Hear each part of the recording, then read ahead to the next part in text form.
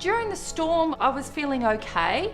Obviously, when there was a really loud crash, I thought, what was that?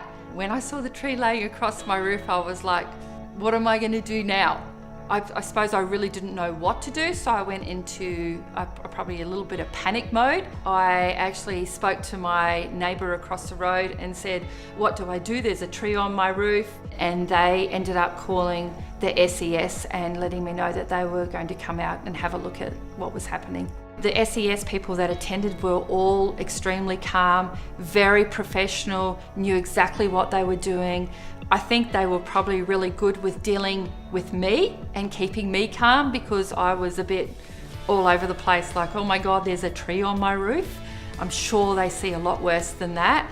When the volunteers were wrapping up the job, I just felt relief, and I felt so grateful for them coming out and doing that.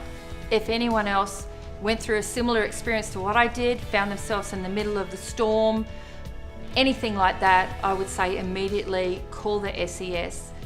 They're a great bunch of people. They're professional, they know what they're doing, they'll come out and they'll help you, and I'm just so thankful.